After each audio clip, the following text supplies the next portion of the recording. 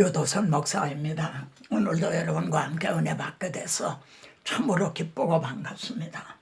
오늘은 하나님의 구원기회 139번째 시간으로 그동안 배운 것을 복습하는 두 번째 시간입니다. 출애굽기에서 신명기까지의 핵심을 다시 한번 전하려고 합니다.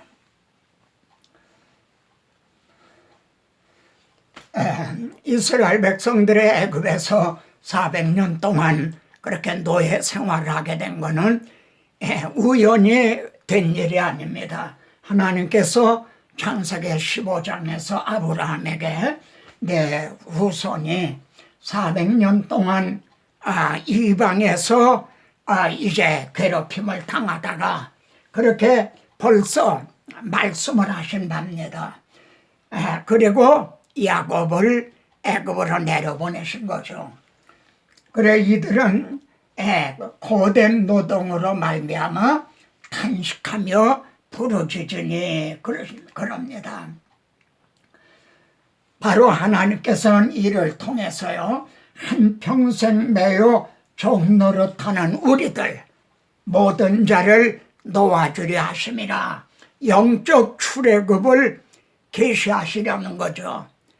이해가 되십니까? 출애굽을 통해 이들이 어떻게 해서 출애굽하는 것이 가능해졌는가? 이를 통해 영적 출애굽이 어떻게 가능해졌는가?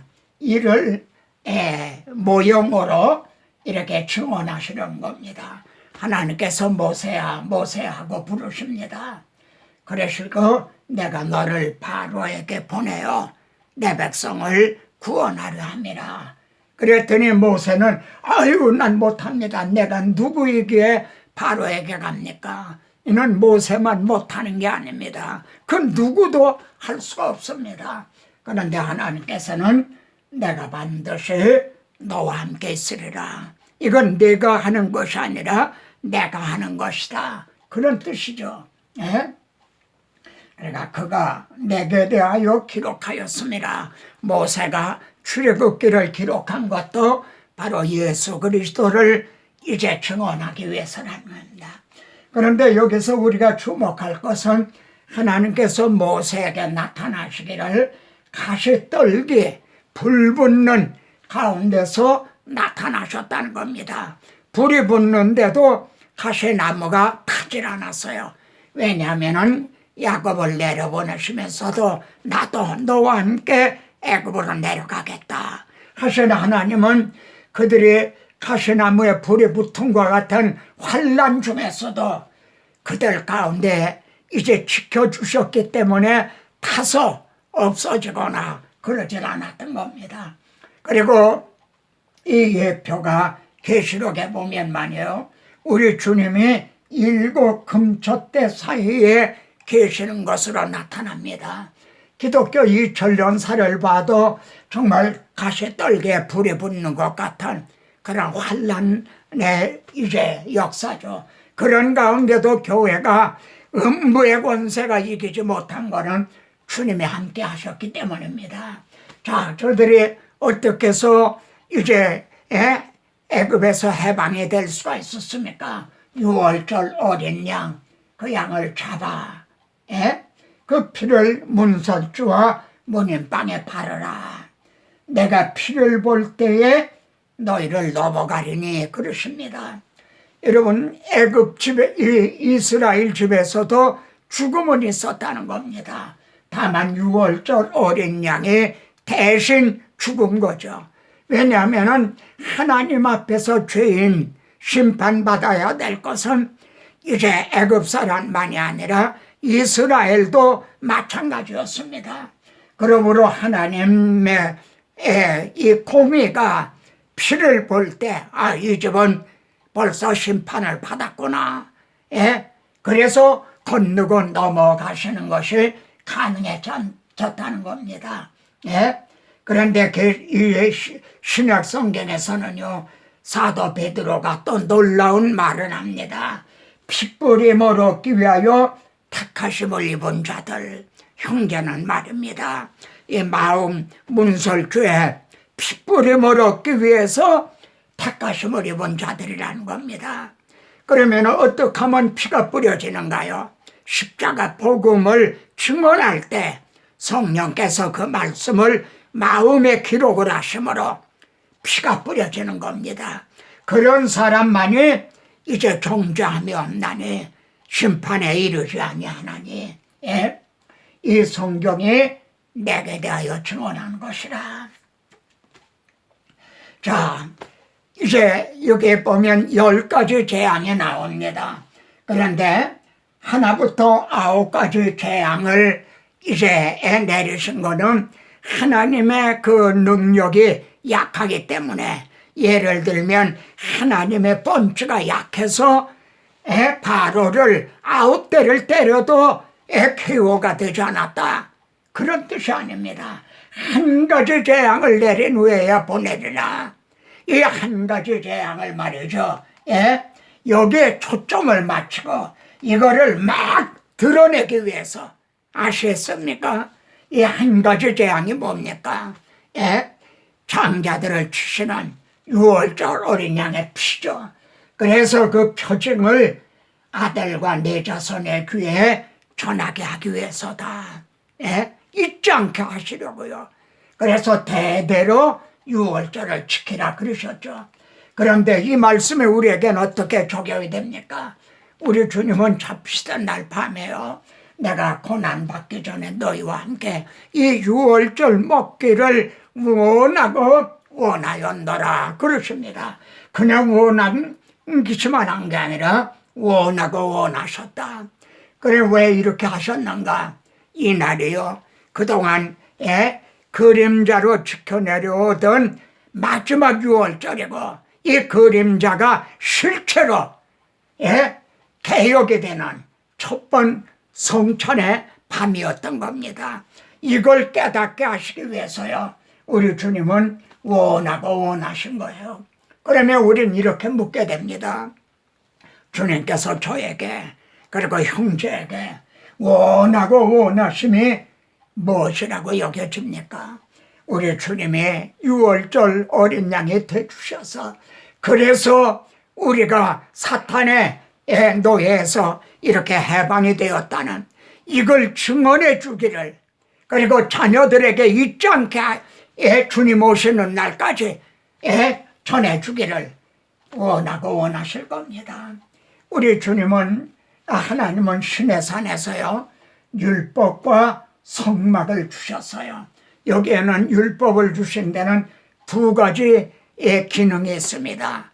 이들은요, 바로의 노예였어요. 아버지도 할아버지도 증조 할아버지도 아주 노예 근성이 몸에 밴 거죠.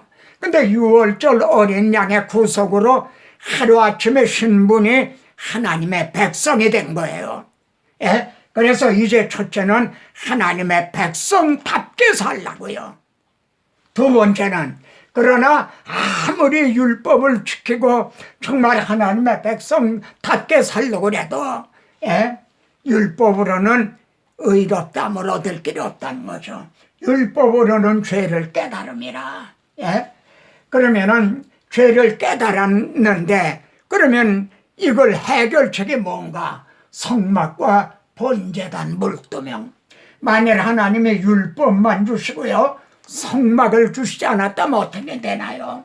율법을 통해 죄라는 문제를 깨달은 거예요. 내가 병이 들었다는 걸 안 거죠. 근데 병원이 없는 거예요. 번제단도 없고 물두멍도 없는 게 되는 거죠. 그러므로 성막은 문제에 대한 해답으로 주어진 거였던 겁니다. 이 성경이 내게 대하여 예수 그리스도에 대해 증언하는 것이라 구구절절히 그렇지 않습니까? 그런데 말입니다, 여기에 이 출애굽기 20장에 십계명을 주시는 그런 문맥이거든요. 그런 장면인데, 하나님께서 뒤에서는요, 내게 토단을 쌓고 번제와 화목제를 드리라. 무슨 뜻입니까?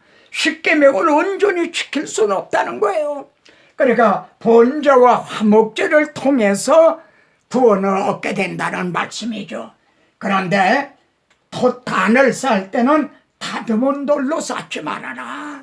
우리 생각에는 정으로 그걸 쪼으면 부정함이니 우리는 네모 반듯하게 이렇게 해서 쌓아야 정성도 있고 보기도 좋고 그럴 것 같지 않습니까? 그런데 하나님은 그러면 부정하게 됨이니라. 왜 이렇게 말씀하셨을까요? 이 단 위에서 드려진 번제와 화목 제물이 누구에 대한 그림자입니까? 우리 주님이 우리의 구원을 혼자서 우리가 뭘 정으로 그걸 쪼아야 되는 게 아니에요. 할례를 받아야 되는 게 아니에요. 혼자서 단독으로, 그리고 단번에, 구약은 계속 반복을 했잖아요. 그걸 나타내는 거예요. 근데 만일 할례를 받아야 구원 얻는다, 정으로 그걸 쪼으면 부정하게 함이니 그건 다른 복음이 된다는 거죠. 그런데 바벨탑은 어떻게 쌓나 보세요. 벽돌로 돌을 대신하며, 원은 돌로 쌓아야 되는 건데 벽돌로는 사람이 만든 거죠. 역청으로 시멘트로 진흙을 대신하고, 그러니까 그거는 인본주의 단위였던 거죠. 오늘의 우리들의 이제 정말 하나님 앞에 예배에 제단을 쌓는 게 혹시 인간적인 수단 방법, 교회 프로그램 같은 말이죠. 이런 인본주의 단, 정으로 그걸 쫓는 것은 아닌가? 우리들의 설교가 그런 건 아닌가? 이 성경이 여기서도 예수 그리스도에 대해 증언하고 있습니다. 모세가 시내산에서 내려오는 걸 더듬을 보고 어떻게 했습니까? 주님이 지금 재림하시는 게 좀 더딘 것 같으니까 우리는 어떻게 하고 했나가요? 금송아지를 만들었죠. 그리고 이는 너희를 애굽에서 인도한 너의 신이로다. 이게 기복신앙인 거죠. 그런데 이들은 말입니다, 하나님 앞에 하나님의 모든 말씀을 우리가 다 준행하리다. 그래서 언약의 피니라. 그리고 피뿌림을 받았어요. 근데 그 자리에서 돌판은 깨졌어요. 그 바로 그 시내산 그 자리에서 입술에 침이 마르게 되잖아요. 그러므로 인간의 행위로는요 구원 얻을 수 없다는 것이 시내산 그 자리에서 판명이 난 거예요. 그런데도 주님 당시에 바리새인들, 이들은 자신들은 다 율법을 다 지킨 양, 그렇게 생각을 했던 거죠. 그런데 말입니다, 또 여기 놀라운 계시가 있어요. 율법의 돌판이 깨진 후에 어떤 변화가 일어났는가? 하나님이 두 번째 또 올라오라, 그래 돌판을 가지고 올라갔잖아요. 모세 얼굴에 광채가 난 거예요. 전에도 광채가 났어야 될 거 아니에요? 근데 그때는 광채가 났다는 언급이 전혀 없어요. 돌판이 깨진 후에야, 즉 인간의 행위로는, 자력으로는 구원 얻을 수 없다는 게 드러난 후에야 복음의 광채가 비로소 비춰졌던 겁니다. 모세가 수건으로 얼굴을 가렸더라, 그 광채를 가린 거죠. 그런데 이 정말 복음 전도자인 바울은 말해요, 여기에서도 또 복음을 보고 있는 거예요. 오늘까지도 모세의 글을 읽을 때 수건이 마음을 덮었도다. 여러분, 수건이 마음을 덮었다는 뜻이 무슨 뜻입니까? 모세 오경을 증언할 때에 거기서 교훈이나 축복이나 뭐 이런 것들은 전하면서 복음의 빛은 비춰지지 않는다는 겁니다. 복음을 못 보고 있다는 겁니다. 모세가 내게 대하여 증언한 것이란 예수 그리스도는 증언하지 않고 있다는 겁니다. 왜요? 마음을 덮었기 때문에. 그분의 설교에는 복음의 광채가 없다는 거죠. 이해가 되십니까? 이 성경이 내게 대하여 증언한 것이라. 그리고 출애굽기는요, 여호와의 영광이 성막에 충만한 것으로 끝나요. 그러면 이건 무엇에 대한 모형입니까? 말씀의 육신이 되어 말씀의 우리와 같은 사람의 장막을 입고 오셨는데 그 영광을 보니 독생자의 영광이요 은혜가 진리가 충만하더라. 그에 대한 모양인 거죠. 이 성격이 내게 대하여 증언한 것이라. 자, 레위기입니다. 레위기 9장에는요 하나님이 명하시지 않은 다른 불을 들이다가 제사장에 예배를 드리다가 기도를 드리다가 그냥 즉사한 사건이 있는 거예요. 여러분 기억하시죠? 자, 9장에서 말입니다. 번제와 화목제를 드렸어요. 그랬더니 불이 여호와 앞에서 나와서 제단 위에 번제물과 기름을 사른지라. 잘 보십시오. 불이 여호와 앞에서 나와서 번제물을 살라서요. 질문입니다. 예? 그러면 이건 응답입니까? 심판의 불입니까? 예?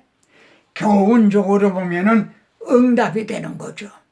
그러나 구속사적으로, 즉 신학적으로 보면은 심판의 불인 거죠. 번제물과 화목제물이 그 제물이 우리 대신 죽임을 당한 거죠. 진노의 불이 그에게 임한 거죠. 이해가 되십니까? 그런데 말입니다. 10장에서는 여호와가 하나님의 명하시지 않은 다른 불을 담아 데려다가 말해요. 불이 여호와 앞에서 나와 나답과 아비후 두 제사장이에요. 제사장을 삼켰어요. 그래서 죽었어요. 즉 우리 대신 정죄를 받으시고 심판을 받으시고 대신 죽어주셨다는 이 십자가 복음을 믿지 않고 다른 복음을 전한다면 자신이 심판받을 수밖에 없죠. 이해가 되십니까?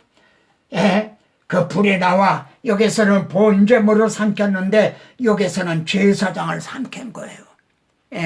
오늘날도 이 십자가 복음을 등한히 여기거나 믿지 않으면 이렇게 되는 겁니다. 이 성격이 예수 그리스도에 대하여 증언하는 것이라. 레위기에는 또 대속죄일이 있죠. 이에 대한 구속사적인 의미가 뭡니까? 그때는 제물을 염소를 두 마리를 택합니다. 하나는 잡아서요 그 피를 가지고 지성소에 들어가는 거죠. 그러면은 그 피를 어떻게 하느냐? 속죄소 위와 속죄소 앞에 뿌리라. 이건 하나님이 이렇게 명하신 겁니다. 그리고 속죄소가 어딘가? 속죄소를 법궤 위에 얹고, 지성소에는 법궤가 있잖아요. 근데 법궤 위에다가 얹어라. 그럼 그 안에는요 모세가 받아가지고 내려온 증거판, 율법이 있는 거죠. 속죄소는 이 증거판을 덮고 있는 거예요. 뚜껑이라는 말이에요. 자, 속죄소의 위치가 어딥니까? 여기가 속죄소예요. 근데 피를 여기다 뿌리라는 거예요. 무슨 뜻이죠? 하나님이 우리를 보실 때에 이 피를 통해서 보신다는 거죠. 만약 여기에 피가 뿌려지지 않으면 이 안에 있는 이 법궤, 율법을 통해서 보시게 되는 거죠. 그러면은 다 죄 아래 있고 심판 아래 있게 되는 거죠. 속죄소 앞에 뿌리라 하는 것도 이제 출애굽 당시에 내가 대문에 뿌려진 피를 볼 때에 너희를 넘어가리라. 똑같은 원리죠. 이제 하나님은 이 복음을요 여러 방면으로 이렇게 말씀을 하셨어요. 그런데 속죄소가 되기 위해서는요 대소가 피가 뿌려져야만 돼요. 피가 뿌려져야 속죄소예요. 그리고 피가 뿌려지기 위해서는 대신 죽어야 돼요. 대속죄물이 죽어야 된다는 겁니다. 레위기 11장 내가 17장에 내가 이 피를 너에게 주어 속죄하게 하였나니, 이 본문을 좀 보세요. 여기 본 피를 먹지 말라 이런 말씀이 몇 번 나와요. 왜 피를 먹지 말라고 그러셨는가? 하나님의 마음은요 이 피를 너희에게 주기 위해서, 그래서 너희 죄를 속죄하기 위해서. 그리고 말입니다, 구약시대에는 양의 피가 주어졌어요. 그건 그림자였죠.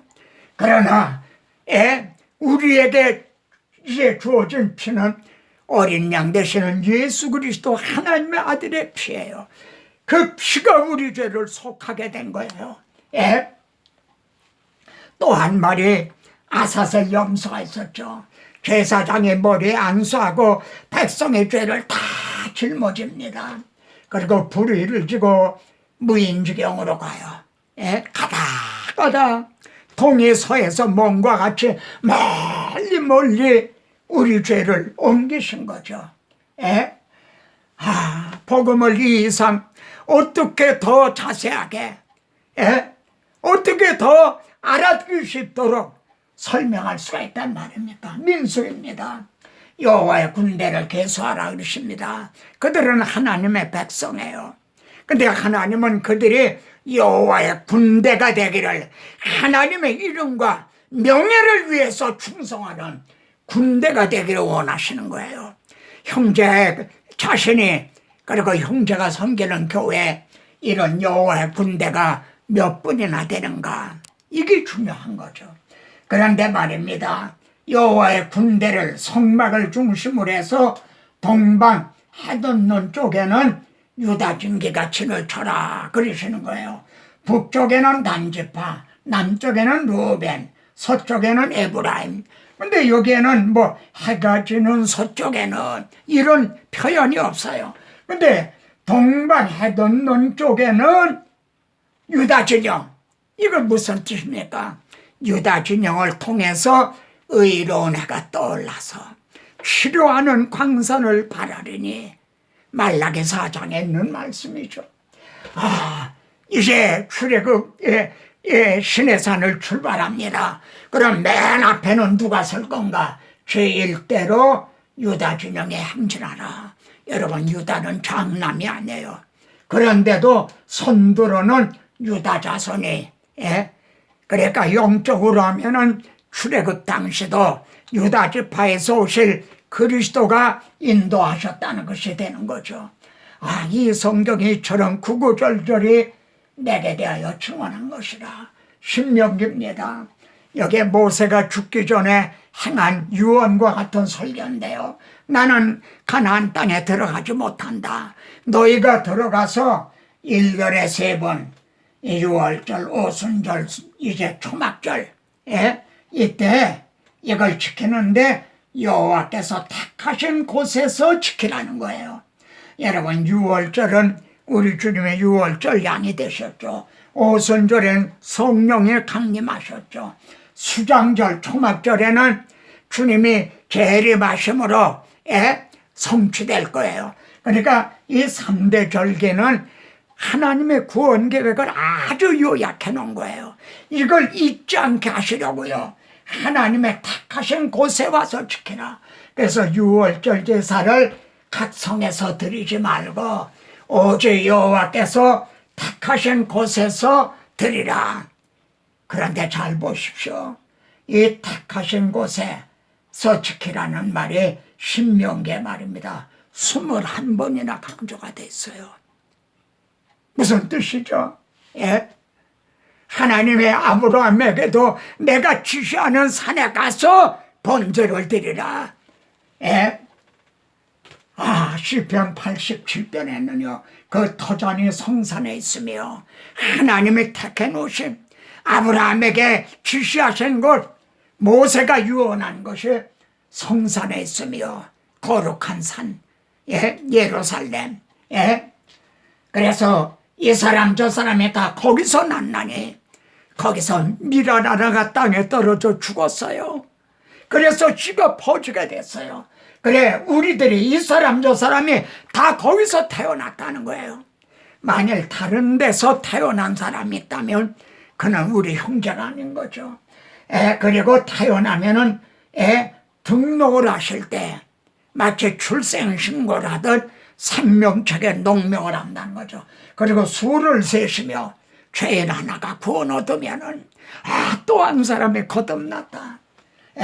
그런데 말입니다. 라합과 바벨론, 블레셋, 두로, 구스요, 이도 거기서 났다. 유대인뿐 아니라 이방인에게까지도 구원이 말입니다. 이렇게 이르게 될 게 말씀했어요.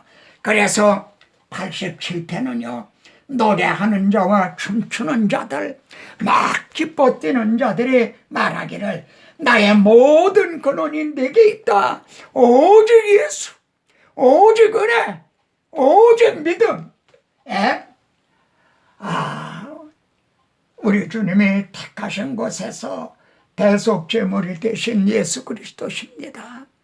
그런데도 종교타원주의자들은 구원이 여기도 있고 저기도 있다 이렇게 말하니 제가 오늘도 어떤 자유주의 신학자의 글을 읽었어요. 정말 답답한 거는 이 성경을 구속사적으로 모르니까 참 너무나 답답하고 한심했습니다. 자, 하나님께서 모세야 너는 건너가지 못하리라 그러십니다. 모세는 율법의 대명사예요. 율법은 우리를 그리스도에게로 인도하는, 그러니까 여호수아에게까지만 인도하는, 우리를 그리스도에게로 인도하는 초등교사, 이 점을 여기서 보여주는 거예요. 물론 교훈적으로는 모세가 반석을 2번 쳤기 때문이다. 그것도 교훈적으로는 우리가 명심해야 돼요. 그러나 여기에는 더 놀라운 신학적인 의미가 있는 거죠. 그래, 그럼 누가 우리를 하나님 앞으로 인도하느냐? 너와 같은 선지자 하나를 그들을 위하여 일으키고 영적 출애굽을 시켜주실 모세와 같은 선지자 예수 그리스도를 일으켜 주실 걸 이렇게 말씀하죠. 모세의 마지막 사명이 무엇입니까? 하나님이 거짓말하실 수 없는 2가지가 있다는 거예요. 하나님이 거짓말하실 수 없는 2가지 뭐죠? 언약에 참여하며 맹세에 참여하고 아브라함에게 언약을 해주셨죠. 그리고 맹세로 보증을 해주셨죠. 이것이 거짓말하실 수 없는 2가지 사실. 하나님은 이 약속을 지켜주셨죠. 아브라함의 자손으로 그리스도를 보내셔서 네 사랑하는 독자극 이삭을 내가 지시하는 사내가 번제로 드리라 하신 대로 우리의 대속제물이 되주심으로 우리가 이렇게 구원을 얻었죠. 언약과 맹세. 이제 우리는 이렇게 2번째 출애굽기에서 신명기까지를 살펴봤습니다. 이렇게 거대한 나무와 같을지라도 중심은 내게 대하여 증언한 것이라. 여기에 말입니다. 많은 말씀이 있어요. 그 말씀을 여러분 설교할 때 내게 대하여를 중심으로 그걸 해석을 해야 돼요. 그래서 말입니다. 복음이 이끌어는 거예요. 윤리, 우리들의 삶을 복음이 이끌어주는 거예요. 고린도후서에서 바울은 그리스도의 사랑이 우리를 강권하시는도다. 하나님의 사랑이 우리를 잡아다닌다 이거예요. 여러분, 마지막 말씀입니다. 율법은 돌로 쳐 죽여라. 무섭죠? 그런데 사랑은요 죽음보다도 강합니다. 사람의 친구를 위하여 목숨을 버리면 이에서 더 큰 사랑이 없나니. 주님께서는 정말 술람이 여자와 같은 우리들을 위해서 말입니다. 대신 죽어주셨어요. 이 사랑은 이렇게 죽음보다도 더 강한 거예요. 그래서 진정 이 복음을 받은 바울과 같은 분들은 주님을 위해서 죽기까지 충성했어요. 율법은 무섭습니다. 그러나 사랑은 죽음보다도 강합니다. 아멘입니까? 저도 아멘입니다. 이 사랑이 모든 성도들의 마음에 부어져서 그 사랑이 성도들을 그리스도의 사랑이 우리를 강권하신도다. 이렇게 사랑의 인도함을 받게 되기를 바랍니다. 다음 시간에 또 뵙겠습니다.